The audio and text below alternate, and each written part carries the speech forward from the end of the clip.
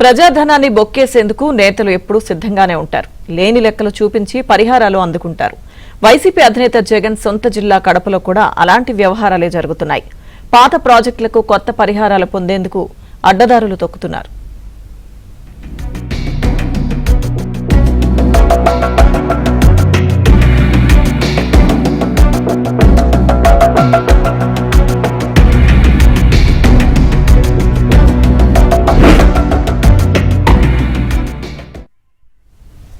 కడప జిల్లాలో వైసీపీ ప్రభుత్వ హయాంలో జరిగిన వేల కోట్ల అవినీతి అక్రమాలు ఒక్కొక్కటిగా వెలుగులోకి వస్తున్నాయి.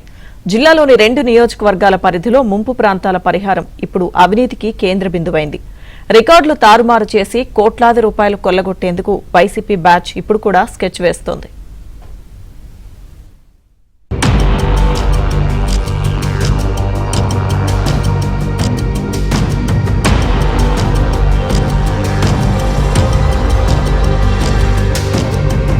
నెల్లూరు జిల్లాలోని సోమశిల ప్రాజెక్టు బ్యాక్ వాటర్స్ తో కడప జిల్లాలోని రాజంపేట, బద్వేల్ నియోజకవర్గాల పరిధిలోని 4 మండలాల గ్రామాలు ముంపుకు గురవుతున్నాయి.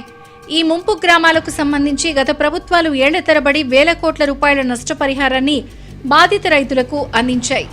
అయితే ముంపు భూములను అడ్డం పెట్టుకుని కొందరు వ్యక్తులు అక్రమ మార్గాల్లో వందల కోట్ల రూపాయలను ఇప్పటికే కొట్టేసినట్లు వెలుగులోకి వచ్చింది. ముఖ్యంగా వైసీపీ ప్రభుత్వ హయాంలో కొందరు నేతలు అక్కడి అధికారులతో కుమ్మక్కై వాళ్లు చెప్పినట్లు ఫైల్స్ మూవ్ చేయించి పరిహారం పొందారు. అక్రమంగా వచ్చిన డబ్బుల్లో 30% అధికారులకు ఇచ్చే విధంగా ఒప్పందం చేసుకున్నారు. ఈ క్రమంలో వందల కోట్ల రూపాయలు కొట్టేసినట్లు తెలుస్తోంది. బద్వేల్, రాజంపేట నియోజకవర్గాల పరిధిలోని 4 మండలాల్లో మరో 1000 కోట్లు కొట్టేసేందుకు వైసీపీ ప్లాన్ చేసింది.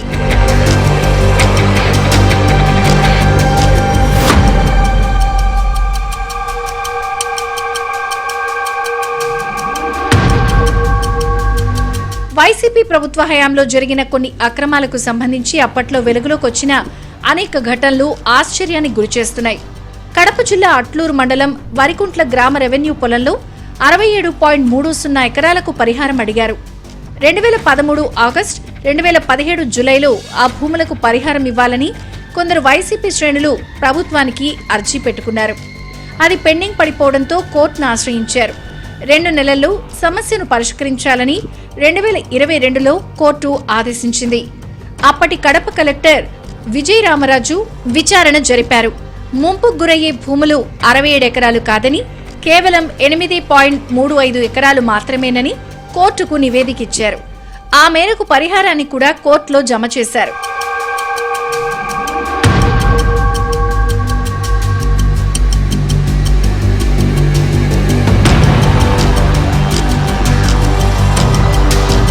ముంపు పరిధిలోకి రాని 59 ఎకరాలకు సంబంధించిన కరడు కట్టిన వైసీపీ బ్యాచ్ మళ్లీ కోర్టుకెక్కింది. అధికారులు వారికి పరోక్షంగా సహకరించినట్లుగా అనుమానాలు కలుగుతున్నాయి. సంబంధిత అధికారులు ఏ విషయాన్ని కోర్టు దృష్టికి తీసుకెళ్లకుండా కంటెంప్ట్ అయ్యే వరకు కౌంటర్ దాఖలు చేయలేదు.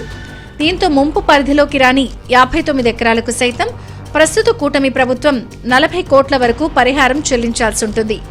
ఇదే తరహాలో రాజంపేట, బద్వేల్ నియోజకవర్గాల్లోని 4 మండలాల పరిధిలో ఉన్న ముంపు గ్రామాల్లో గతంలో వచ్చిన ముంపు దరఖాస్తులను క్షుణ్ణంగా పరిశీలించకపోతే సుమారు 1000 కోట్ల రూపాయల ప్రభుత్వ ఖజానాకు చిల్లులు పడే ప్రమాదం ఉందని కడప జిల్లాలో చర్చ సాగుతోంది.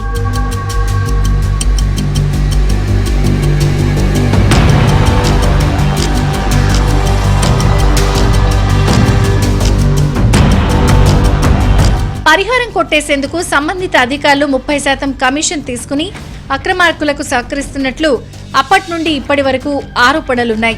అక్రమార్కులు న్యాయస్థానాలను మోసం చేస్తూ ముంపు గురికాని భూములను మునకకు గురవుతున్నట్లు అధికారుల ద్వారా దొంగ రికార్డులు సృష్టిస్తున్నారు.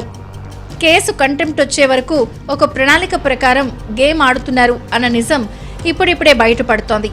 ఈ ముంపు పరిహారాన్ని అక్రమంగా కొట్టేసే ఘటనలకు సంబంధించి ప్రస్తుతం కడప కలెక్టర్ శ్రీధర్ విచారణలో కొన్ని కీలక అంశాలు వెలుగులోకి వచ్చాయి. అట్లూరు మండలంలో విచారించగా అసలు భూములకు సంబంధం లేని వ్యక్తులే మొలకకు గురికాని భూములపై కోర్టును ఆశ్రయించి అక్రమ పరిహారం కోసం ప్రయత్నిస్తున్నారని తేలింది. ఇలాంటి భారీ స్కాముల్లో ఎక్కువ సంఖ్యలో వైసీపీ శ్రేణులే ఉన్నట్లు కూడా నిర్ధారణ అయింది.